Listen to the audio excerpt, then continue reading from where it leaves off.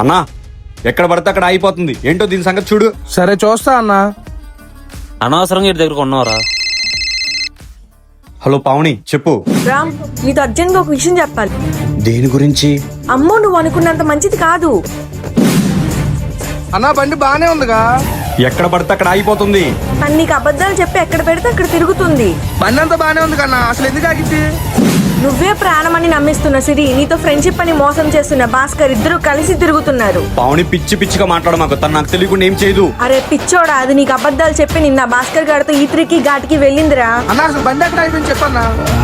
అరే అది ఈ దగ్గర ఘాట్ దగ్గర ఆగిపోయిందిరా. ఇందాకేమన్నావు? ఈత్రికి ఘాటికి వెళ్ళింది.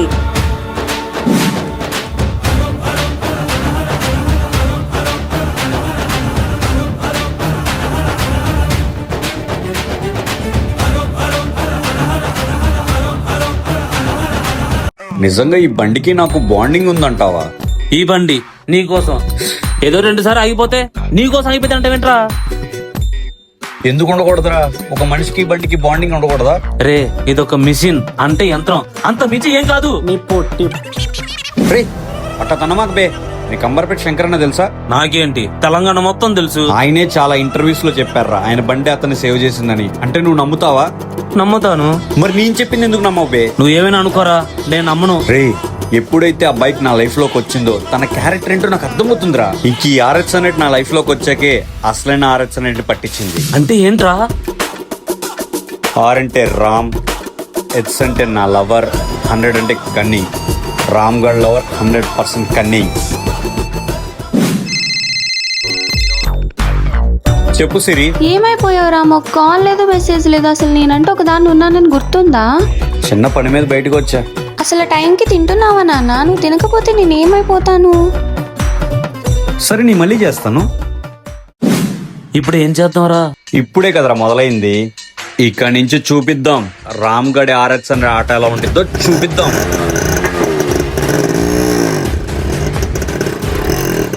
హలో భాస్కర్, చెప్పు. ఏం చేస్తున్నావు?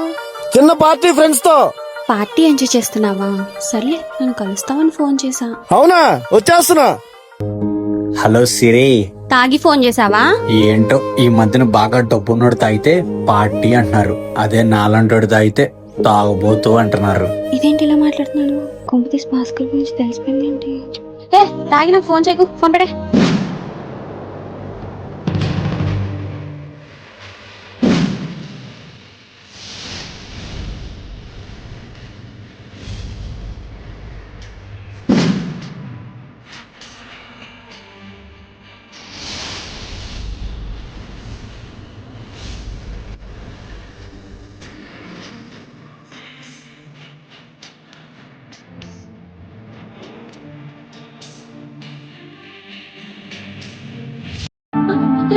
నేను భాస్కర్ ఈ టైంలో జస్ట్ ఫ్రెండ్స్ అంతే, ఏం లేదు. ఇక్కడ ఎర్రపు అని రాసుందా? ఈడేంటి ఇద్దరు రెడ్ హండ్రెడ్ దొరికేసినా కూడా ఏం మాట్లాడలేదు అనుకుంటున్నావా? అడిగితేనో అరిస్తేనో అనుమానిస్తే వచ్చేది ప్రేమ కాదు సిరి. సరే, ఇక్కడ దాకా వచ్చిందిగా, ఇప్పుడు ఓపెన్ గా మాట్లాడదాం. నీ దగ్గర డబ్బుందా? పోనీ అందం? రిలేషన్ ఎండ్ అయిపోయే టైంలో నీ బిహేవియర్ చూస్తే అర్థమవుతుంది ఇది నీ ఒరిజినల్ క్యారెక్టర్. ఇలాంటప్పుడే లాగిపెట్టి నీ అమ్మాని కొట్టాలనిపిస్తుంది, కానీ లోపల ఒక గొంతు వినిపిస్తుంది, ఇది నువ్వు కాదురా అని.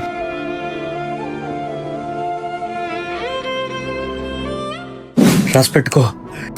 ఏ డబ్బు కోసమైతే నువ్వు నాతో డబుల్ గేమ్ ఆడావో అదే డబ్బు సంవత్సరం లోపల సంపాదిస్తా.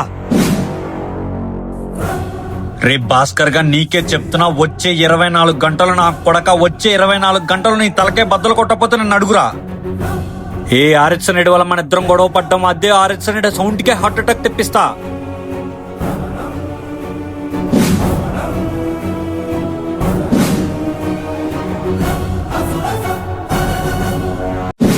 నీకు నా పిచ్చి పట్టిందా? నీ ఇష్టం వచ్చినట్టు వార్నింగ్ ఇస్తున్నావు. అయినా తప్పు చేసి నీ లవర్ ఆ భాస్కర్ గారిని కొట్టి ఏం పీకుతావురా?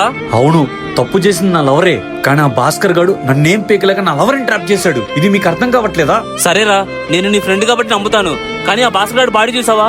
వాడిని ఎలా కొడతావు? అందుకే మా కుర్రోళ్ళు సపోర్ట్ తీసుకో. లేదన్నా, ఇది మా పర్సనల్ గొడవ. నా దగ్గర ఉన్న కుర్రోళ్ళంతా వాళ్ళ రిలేషన్షిప్ లో మూడో వ్యక్తి రావడం వల్ల విడిపోయిన గొడవలే. అయితే వాళ్ళ స్టోరీలో ఉన్న మూడో వ్యక్తిని భాస్కర్ గాడిలో చూసుకుని కుమ్మేస్తారు. వద్దన్నా, ఇదంతా ఎక్కడికో వెళ్తుంది. మరి ఎలా కొడతారో వాన్ని? ఓ మనిషిని కొట్టాలంటే 6 ప్యాక్ 6 ఫీట్ అవసరం లేదురా. టిప్పు సుల్తాను, హిట్లర్, బ్రూస్లీ ఇంతే ఉంటారు, కానీ వాళ్ళ ఆలోచన గట్టిగా ఉంటది. ఇక్కడ నా ఆలోచన కూడా అంతే, వాడిని కొట్టాలని గట్టిగా ఉంది. ఏంట్రా భయపడుతున్నావు? అదేం లేదురా. ఆల్రెడీ రిలీజ్ అమ్మని గెలికాడ్రా. ఆ రామగాడు ఎక్కడ కొడతాను భయపడుతున్నాడు. నేనెందుకు భయపడతాను రా? నా బాడీ ఎక్కడ వాడెక్కడ యాడేం పిగుతాడు నన్ను? అదే ముక్క అడి తిరిగి చెప్పు.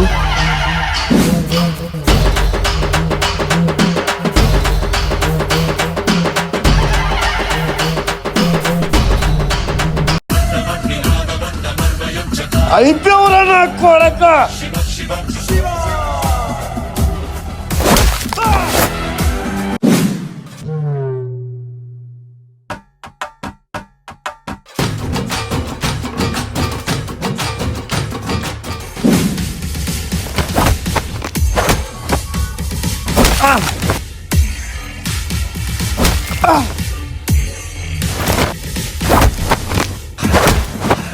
రామ్ భాస్కర్ ఏం చేయకు రామ్, ప్లీజ్ రామ్, వదిలే రామ్. రామ్ నీకే చెప్తున్నా రామ్, విను.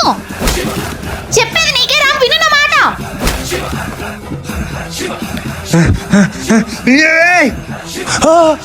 నీకంత పౌరుషం అంటే డబ్బులు సంపాదించవచ్చు, నా భాస్కర్ మీద కాదు.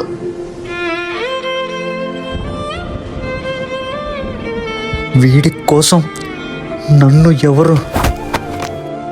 భాస్కర్ ఏం కాలేదుగా నీకు? రే రామ్, ఏం కాలేదుగా నీకు? అరే రామ్ చూడు, అటు చూడు. అలాంటి దాని కోసం నువ్వు చచ్చిపోయేది.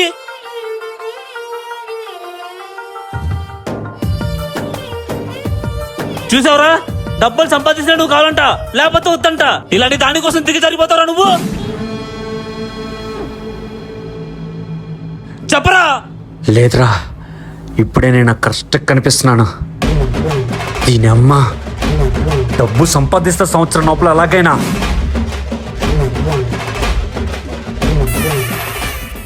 ఎలాగైనా సరే ఈ సంవత్సరం లక్షాధికారి అయిపోవాలరా. ఎలా సంపాదిస్తావురా? నా RX బైక్ ఉంది కదా, ర్యాపిడో వేస్తాను రా. ఏంటి ఆ డొక్కు బండి మీద? ఇన్సెంటివ్స్ కూడా వస్తున్నాయంట్రా. ఓహో, బాగా సంపాదించి ఆ వదిలేసిన అమ్మాయిని పెళ్లి చేసుకుంటావా? ఇదారా నీకు అర్థమైంది? ఆ అమ్మాయి నన్ను ఏ కారణంతో రిజెక్ట్ చేసింది? డబ్బు లేదని కదా. అదే డబ్బు నేను సంవత్సరం లోపల సంపాదిస్తే, అదే తిరిగి అమ్మాయి నా లైఫ్ లోకి వస్తే నేను యాక్సెప్ట్ చేస్తానా? చేస్తావుగా. నీ అబ్బా, ఇదంతా కాదురా. ఉన్న పలంగా ఈ రెస్టారెంట్ ఓనర్ ఏదో సమస్యలో ఉండి అదంతా నేనే సాల్వ్ చేసి ఎలా థ్యాంక్స్ చెప్పాలో అర్థం కాక ఈ రెస్టారెంట్ పూల్లో మన చేతిలో పెడితే ఎలా ఉంటది? జరగదు.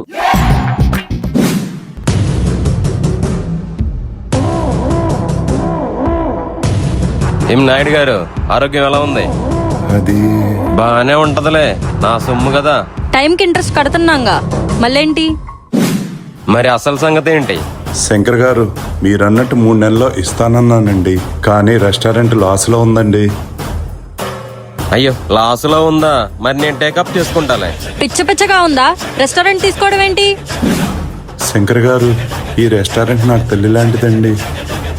ఈ రెస్టారెంట్ తల్లి గిల్లి అన్నావు అనుకో, నీ కూతురు నాకు పెళ్ళామొద్ది. అది నీకు ఓకేనా? 48 గంటల్లో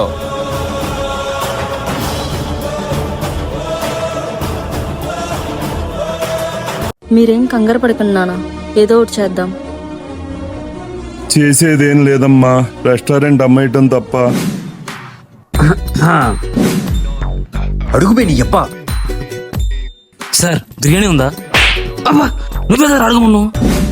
ఏంటి న్యూసెన్స్? మ్యామ్, యాక్చువల్లీ మీ రెస్టారెంట్ ప్రాబ్లం లో ఉందని తెలిసింది. మీరు ఓకే అంటే నేను సాల్వ్ చేసేస్తా. జేబులో 200 ఉండదు కానీ ఇటు సాల్వ్ చేస్తాడంట.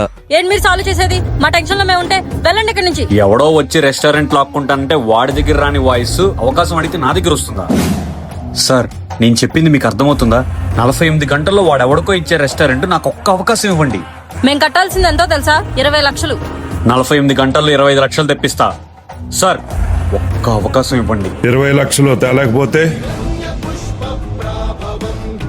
ఆ శంకర్ గారి చేతుల్లో చావాలి. చేస్తావా? నీకంత పౌరుషం అంటే డబ్బులు సంపాదించవచ్చు, నా భాస్కర్ మీద కాదు. చేస్తాను. రే 20 లక్షలు రా, చస్తానంటే ఒక ఆడదాని చేతిలో మోసపోయిన మగోడు ప్రపంచాన్ని ఎలా వెళ్తాడో చూపిస్తా. సార్, మీరు చెప్పింది నేను ఒప్పుకున్నా, కానీ రెస్టారెంట్ 48 గంటలు నా కంట్రోల్లోనే ఉండాలి. జాను 48 గంటలు. ఇందులో ఉన్న మ్యాటర్ మొత్తం 5,000 పాంప్లెట్లు సిటీ మొత్తం తిరిగేయాలి.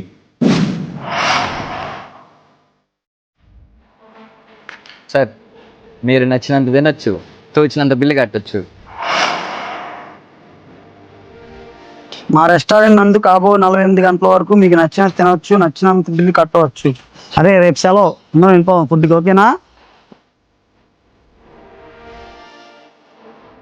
ఎంతైనా కట్టొచ్చా? అయితే అక్కడికి వెళ్దాం. నచ్చినంత తినొచ్చా? అయితే రేపు అక్కడికే. నచ్చినంత తినొచ్చా? అయితే నేను అక్కడికి. నానా, ఆ రామ్కి 48 గంటలు టైం ఇచ్చారు కదా నాన్న, చూడండి ఏం చేశాడు. రేపేం చేస్తానో తెలీదు, వచ్చిన వాళ్ళు మాత్రం ఇబ్బంది పడకూడదు. పైగా రామ్, ఏంటిది? 48 గంటల వరకు మాట్లాడని మాట ఇచ్చారు.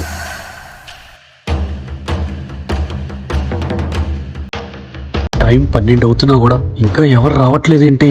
అరే రామ్గా, ఒకసారి లోపల చూడరా.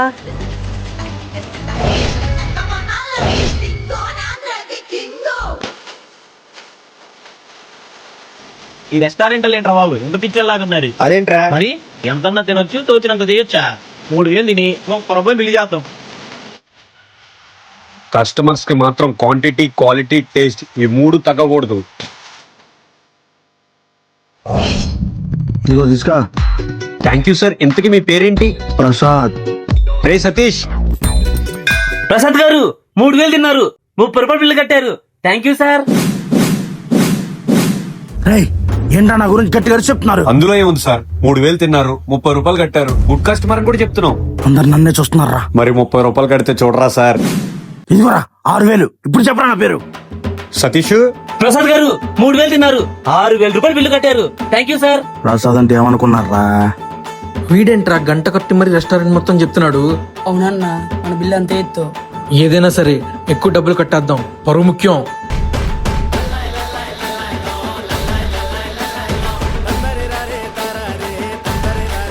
ఏమండి, ఫస్ట్ డే కలెక్షన్ 10 లక్షలు. థ్యాంక్స్ రామ్ గారు. ఫస్ట్ మీ గురించి ఏదో తప్పుగా అనుకున్నా కానీ మీరు మా ప్రాబ్లమ్స్ నుంచి బయటపడేసినందుకు. అయ్యో అలా ఏమొద్దండి, మిమ్మల్ని నా ఫ్యామిలీలో చూస్తున్నాను. ముందు వీడిని కట్ చేయాలి. మొదటి రోజు అంటే ఏదో ఫ్రాడ్ చేసి తీసుకొచ్చారు, మరి రెండో రోజు ఏం చేస్తారు? ఫ్రాడ్ ఏంటి? జనాన్ని మోసం చేసి రెస్టారెంట్ కి రప్పించుకోవటమేగా. డబ్బులు వచ్చేసరికి ఇలా రివర్స్ అవుతారేంటి? సతీష్, క్వాంటిటీ, క్వాలిటీ, టేస్ట్ ఈ 3 కస్టమర్ ఎప్పుడైనా డిసప్పాయింట్ అయ్యాడా? లేదు. పోనీ కస్టమర్ ని డబ్బులు కట్టమని డిమాండ్ చేశామా? లేదు. ఈ రోజు సెకండ్ డే, పైగా టైం 3 అవుతుంది. రెస్టారెంట్ కూడా చాలా ఫుల్ గా ఉంది. మనం నిజంగా మోసం చేస్తే అంతమంది జనాలు రారుగా. రామ్ గారు, మా నాన్నగారు అలా మాట్లాడినందుకేం అనుకోవద్దు. ఈ టైంలో చెప్పచ్చో చెప్పకూడదో నాకు తెలియదు. మీరంటే నాకు ఇష్టమండి. డబ్బులు సంపాదించట్లేదని ఒక అమ్మాయి వదిలేసి వెళ్ళిపోయింది. తీరా ఇప్పుడు డబ్బులు సంపాదిస్తుంటే ఒక అమ్మాయి లవ్ చేస్తానంటుంది. అంటే నేను డబ్బు కోసం. అయ్యో, నేను మిమ్మల్ని తప్పుగా అనట్లేదు. ఆల్రెడీ ఒక అమ్మాయి చేతిలో మోసపోయాను, ఇంకో అమ్మాయి చేతిలో మోసపోవడానికి రెడీగా లేను. ఫైనల్ గా ఏం చెప్పాలనుకుంటున్నావు? లైఫ్ అంతా మంచి బిజినెస్ పార్ట్నర్స్ లో ఉందాం. ఆర్ఎక్స్ అన్నట్టు నీ వల్లే లేట్ అవుతుంది. సిరీస్ లేట్ అవడానికి కారణమే నువ్వు. ఇద్దరు కలిసిపోయారా? మీరు డీసీపీ శంకర్ గారు.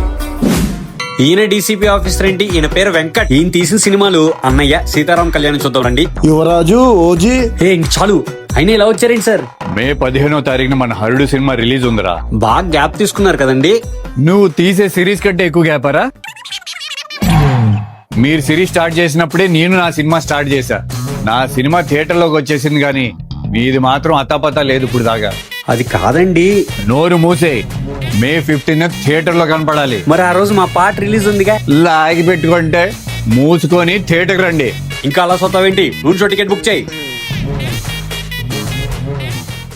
లైఫ్ అంతా మంచి బిజినెస్ పార్ట్నర్స్ లో ఉందాం. ఓకే రామ్ గారు. ఏంటి బండి ఓవర్ స్పీడ్ అవుతుంది?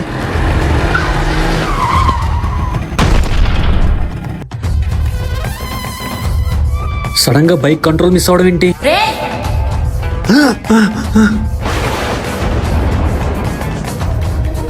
నిన్ను వదలం కదా.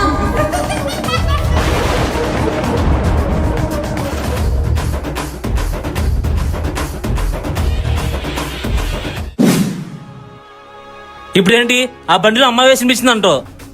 అవునరా. సంవత్సరం క్రితం మీ లవ్వర్ మోసం చేస్తే ఆ బండే కాపాడింది అన్నో. అవునరా. ఇప్పుడేంటి ఆ బండిలో అమ్మాయి ఉందంటో, పైగా నేను చంపాలని చూస్తుందంటో. రేనా ఇరుపని రాసుందా? అరే నేను చెప్పేది ఎందుకు అర్థం చేసుకోరా నువ్వు? సరే ఇక నుంచి ఆ బండి నా దగ్గర ఉంటది.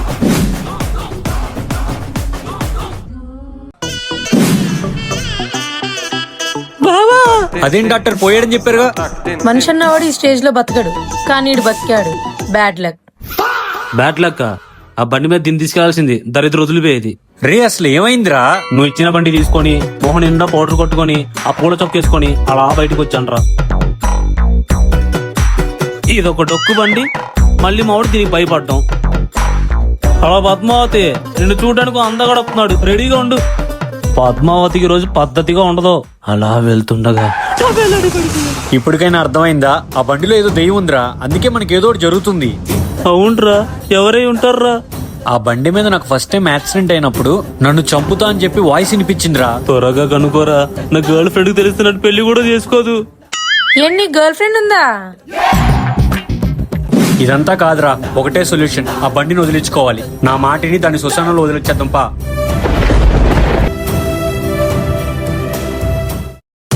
రామ్ బయటికి రా. RS 100 కొన్నాం కాదు, ఎక్కడ పార్క్ చేయాలో తెలుసుకో. ఆ బండి మాది కాదు. కలర్ మార్చిన మాత్రం బండి నీది కాకుండా పోయిద్దా ఏంటి? కలర్ మార్చడం? రే సతీష్ చెప్పరా. ఆ బండి శ్మశానంలో వదిలేసాం కదా, మళ్ళీ ఇక్కడికి ఎలా వచ్చింది? అది అట్లా అడుగు, నేనే తీసుకొచ్చాను అల్లుడు. మరి ఆ కలర్ ఏంటి? పద్మావతికి బులుగు రంగు అంటే ఇష్టం అంట. రే సతీష్, మన ఫ్రెండ్షిప్ మీద ఒట్టేసి చెప్పరా, ఆ బండిని మనం శ్మశానంలో ఎందుకు వదిలేసాం? దెయ్యం ఉందని కదా. మరి బండిలో దెయ్యం పెట్టుకుని పద్మావతి అంటే పని చేద్దావా? అవన్నీ తర్వాతయ్యా, ముందు బండి తెస్తే నేను కార్ తీసుకుంటా. బండి కలర్ మార్పించిన తర్వాత చాలా బాగుంది కదరా. అరే నీకు కొంచెం అర్థమవుతుందా? ఈ బండిలో దెయ్యం ఉందో ఏముందో కూడా మనకు తెలియదు. ఈ బండిని వదిలించుకోవాలనే కదరా మనం అనుకుంది. మన బండి మనలో వదులుకుంటాం రా. మరేం చేయమంటారా ఇందులో దెయ్యం ఉంటే? ఆహా, ఆ భాస్కర్ గారి సిటీని చంపేసి ఆత్మని ఎందులో పంపించాడు అనుకుంటున్నావా? నేను అంటుంది అట్లా కాదురా. ఇందాకేమన్నావు? ఆ భాస్కర్ గారి సిటీ చంపేశాడా అంటున్నా.